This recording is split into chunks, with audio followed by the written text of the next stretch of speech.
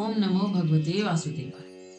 अब हम सुन रहे हैं श्रीमद् भागवत सुधा सागर के 4 स्कंद का 15वां अध्याय, जिसका नाम है महाराज पृथु का आविर्भाव और राज्याभिषेक।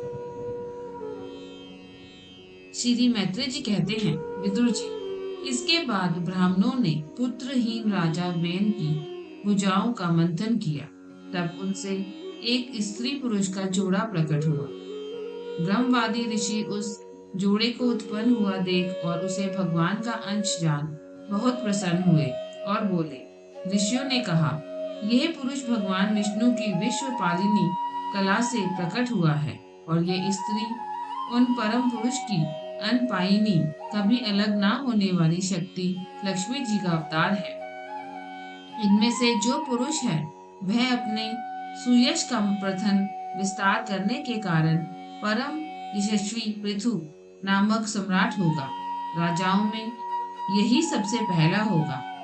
ये सुंदर दांतों वाली एवं गुण और आभूषणों को भी विभूषित करने वाली सुंदरी इन पृथु को ही अपना पति बनाएगी। इसका नाम अर्ची होगा। पृथु के रूप में साक्षात श्री हरि के अंश ने ही संसार की रक्षा के लिए अवतार लिया है और अर्ची के रूप में निरंतर भगवान की सेवा में रहने वाली उनकी नित्य सहचरी श्री लक्ष्मी जी ही प्रकट हुई हैं। श्री मैत्री जी कहते हैं, विदुर जी, उस समय ब्राह्मण लोग पृथु की स्तुति करने लगे। श्रेष्ठ गंधर्वों ने गुणगान किया, सिद्धों ने पुष्पों की वर्षा की, अप्सराएं नाचने लगी, आकाश में शंख, तुरही, मृदंग और दुंदुभी आदि बाजे बजने लगे। समस्त देवता, ऋषि और पितर अपने अपने लोकों से वहां आए। जगत गुरु ब्रह्मा जी देवता और देवेश्वरों के साथ पधारे।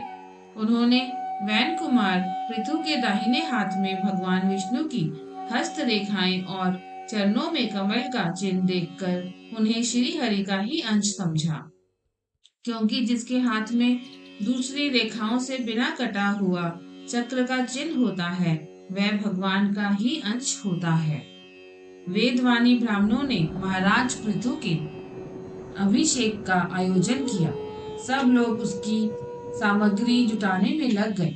उस समय नदी, समुद्र, पर्वत, सर्प, गौ, पक्षी, मृग, स्वर्ग, पृथ्वी तथा अन्य सब प्राणियों ने भी उन्हें तरह तरह के उपहार भेंट किए।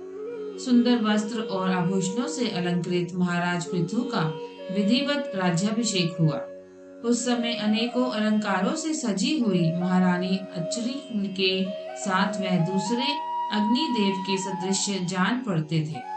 वीर विदुर जी, उन्हें कुबेर ने बड़ा ही सुंदर सोने का सिंहासन दिया तथा वरुण ने चंद्रमा के समान श्वेत और प्रकाशमय छत्र दिया, जिससे निरंतर जल की फुइयां झरती रहती थी।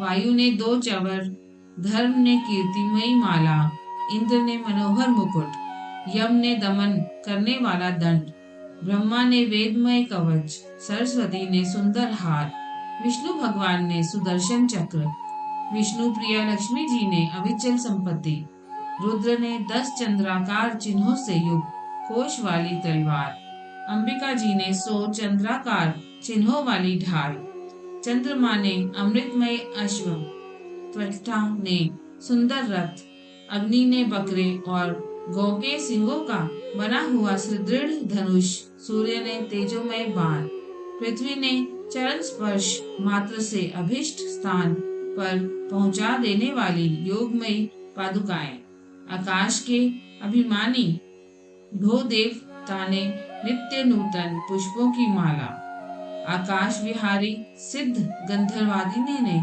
नाचने, गाने, बजाने और अंतर ध्यान हो जाने की शक्तियां, ऋषियों ने अमोघ आशीर्वाद, समुद्र ने अपने से उत्पन्न हुआ शंख तथा 7 समुद्र, पर्वत और नदियों ने उनके रथ के लिए बेरोक टोक मार्ग उपहार में दिए। इसके पश्चात सूत, मागध और वंदीजन उनकी स्तुति करने के लिए उपस्थित हुए।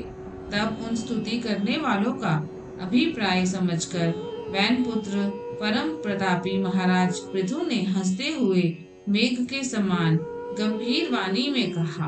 पृथु ने कहा, सौम्य सूत, मागध और बंदीजन, अभी तो लोक में मेरा कोई भी गुण प्रकट नहीं हुआ, फिर तुम किन गुणों को लेकर मेरी स्तुति करोगे? मेरे विषय में तुम्हारी वाणी व्यर्थ नहीं होनी चाहिए, इसलिए मुझसे भिन्न किसी और की स्तुति करो। मृदुभाषियों, कालांतर में जब मेरे अप्रकट गुण प्रकट हो जाएं, तब भरपेट अपनी मधुर वाणी से मेरी स्तुति कर लेना। देखो, शिष्ट पुरुष पवित्र कीर्ति श्री हरि के गुणानुवाद के रहते हुए तुझ मनुष्यों की स्तुति नहीं किया करते। महान गुणों को धारण करने में समर्थ होने पर भी ऐसा कौन बुद्धिमान पुरुष है जो उनके न रहने पर भी केवल संभावना मात्र से स्तुति करने वालों को द्वारा अपनी स्तुति कराएगा। यदि यह विद्याभ्यास करता तो इसमें अमुक अमुक गुण हो जाते। इस प्रकार की स्तुति से तो मनुष्य की वचना की जाती है। वह मंदमती ये नहीं समझता कि इस प्रकार तो लोग उसका उपहास ही कर रहे हैं। जिस प्रकार लज्जाशील उदार पुरुष अपने किसी निंदित पराक्रमी चर्चा होनी बुरी समझते हैं, उसी प्रकार लोक विख्यात समर्थ पुरुष अपनी स्तुति को भी निंदित मानते हैं। सूतगण, अभी हम अपने श्रेष्ठ कर्मों के द्वारा लोक में अप्रसिद्ध ही हैं। हमने अब तक कोई भी ऐसा काम नहीं किया है जिसकी प्रशंसा की जा सके। तब तक तुम लोगों से बच्चों के समान अपनी कीर्ति का किस प्रकार गान करावे। ओम नमो भगवते वासुदेवाय।